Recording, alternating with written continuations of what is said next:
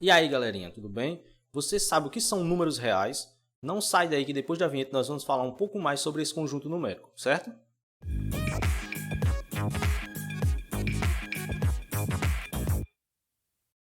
Isso aí, galera. Professor Jefferson Fernando aqui com vocês. Antes de mais nada, já deixa o seu joinha aí no vídeo, certo? Já se inscreve no canal caso não seja inscrito e bora para a aula. Ó, para falar de números reais, né? Até chegar a números reais, nós vamos percorrer aqui um caminho, né, ao longo dos conjuntos numéricos aqui, certo? Então, a gente vai falar um pouquinho de cada conjunto desse aqui até chegar lá no conjunto dos números reais, né, que é o maior conjunto que a gente vai compreender aqui, certo? Tem outros maiores que eles, mas a gente vai trabalhar só com números reais até aqui, certo? Então, o primeiro deles, né, é o conjunto dos números naturais, representado por quem? Pela letrinha N, não é isso? Quem é esse conjunto dos números naturais? São aqueles números que a gente usa, né? Definindo, diz que os números naturais são aqueles números que a gente usa para contar, não é isso? Começando do 0, do 1, do 2, do 3, né? E por aí vai. Aí a gente pode até dizer, mas ninguém começa a contar do 0, né? Isso. Existe até alguma questão aí, né? Alguns autores, alguns matemáticos definem o 0 como natural, outros não consideram o 0 como natural, não é isso? Mas, enfim, a gente vai considerar aqui o 0 como sendo um número natural. Beleza? Então, esse é o nosso primeiro conjunto, certo? Depois, a gente tem um conjunto um pouquinho maior, um pouquinho mais extenso, que é o conjunto dos números inteiros, não é isso? Representado pela letra Z, conjunto dos números inteiros, né? Quem é esse conjunto dos números inteiros? Você pega o conjunto dos números naturais, né, que a gente já tem, e junta com esse conjunto os números negativos, certo? Então, por exemplo, ele vem aqui do menos infinito, só ajeitar isso aqui, que isso aqui é uma reticência. Né?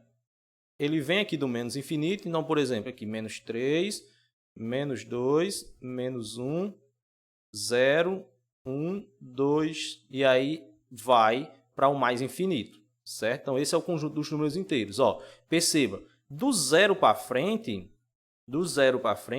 é o conjunto dos números naturais, certo? Então, quando eu peguei esse conjunto dos números naturais e juntei ele aqui com os números negativos, né? Aí acaba formando o conjunto dos números inteiros, certo? E a gente pode representar esses conjuntos da seguinte maneira, né?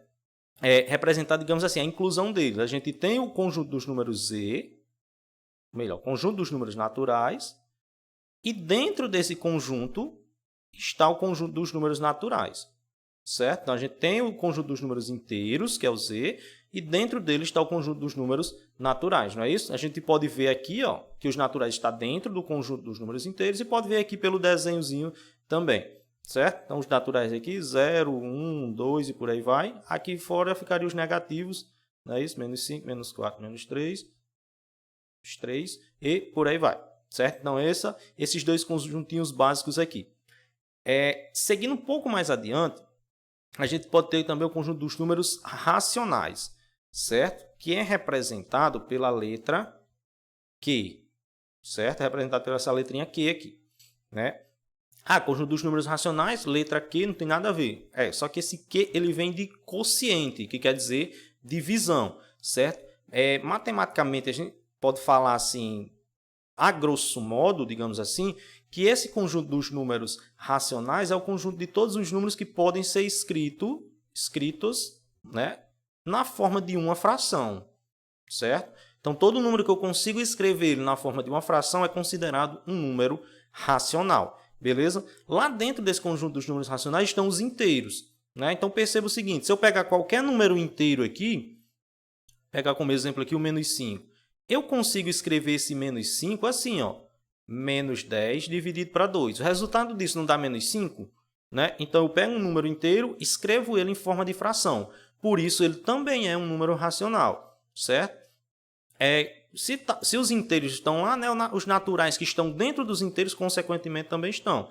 Né? Então, por exemplo, se eu pegar qualquer número natural aqui, sei lá, 1, não é isso? Então, eu consigo escrever uma fração que o resultado dessa fração aqui, dessa divisão, dá 1, beleza? Então, o conjunto dos números inteiros está lá dentro do conjunto dos números racionais, certo? As frações, obviamente, né? Porque é todo número que pode ser escrito na forma de uma fração. Então, todas as frações, né, elas vão estar lá. 1 sobre 2, menos 1 sobre 3, né? Todas as frações elas vão estar lá, não é isso? E também os números decimais, certo? E aí, aqui nos decimais, ele pode ser da seguinte forma. Ele pode ser um decimal finito, certo? Como assim um decimal finito? 0,5, por exemplo, é um decimal finito, não é isso? Quem mais?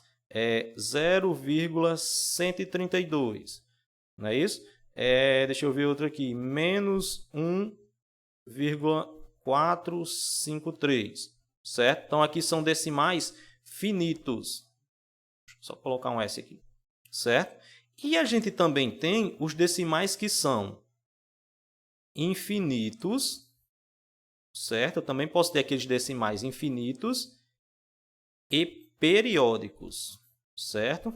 Decimais finitos e periódicos, também conhecido por dízimas periódicas, né? Aqueles númerozinhos quando a gente faz na calculadora, né? Que enche o visor da calculadora todinho lá, né? Então, por exemplo, aqui 0,333, né? E por aí vai, infinitamente. O 3 fica se repetindo infinitamente. Outro exemplo aqui pode ser menos 0, sei lá, 12 e por aí vai. Não é isso? São infinitos, mas tem alguém se repetindo aqui. Ó. No caso aqui desse primeiro é o 3, que fica se repetindo infinitamente. E no caso desse segundo aqui, o 12 fica se repetindo infinitamente. São as famosas dízimas periódicas, certo? Tudo isso aqui é considerado como um número racional, certo? Dá para fazer o conjuntinho dos números racionais também, igual a gente fez com inteiros e naturais? Dá também, não é isso? Vou usar esse espaço mesmo aqui para a gente fazer, certo? Não, melhor, deixa eu pegar aqui um espaço em branco aqui. Então, eu posso pegar aqui, ó, por exemplo, o conjunto dos números racionais, não é isso? Representado pela letra Q. Vou fazer ele maiorzinho aqui, não é isso? Dentro dele está quem? O que nós já conhecemos, que é o Z, não é isso? E dentro do Z, um pouquinho menor, vai estar aqui o N, não é isso? Então, quem são aqui? Ó? Deixa eu só mudar a cor aqui. Opa, pronto. Então, aqui nos naturais, 0, 1, 2, 3, por aí vai, não é isso? Aqui, nesse espaçozinho, vão ficar os negativos. Menos 5, menos 3, menos 2, menos 1, certo? Aqui fora vão ficar as frações e os decimais, né? Finitos ou infinitos. Não é isso? Então, pode ficar aqui 1/5, sei lá, menos 1 sobre 2, 0,3, menos 1,25, não é isso? 0,333, certo? Então, fica mais ou menos nessa configuração aqui, ok?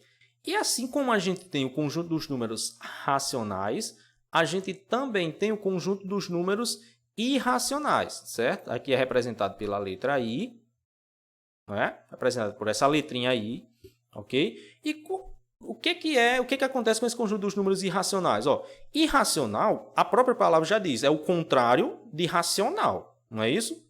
Então, como os racionais é definido como sendo aqueles números que podem ser escritos na forma de uma fração, irracional é o contrário disso, é só negar a proposição aí, certo? Então, os irracionais são aqueles números, né, que não conseguem ser escritos na forma de fração, certo? Um exemplo bem famoso de número irracional aqui, ó, o π, certo? Que ele é aproximadamente 3,14 e por aí vai, certo?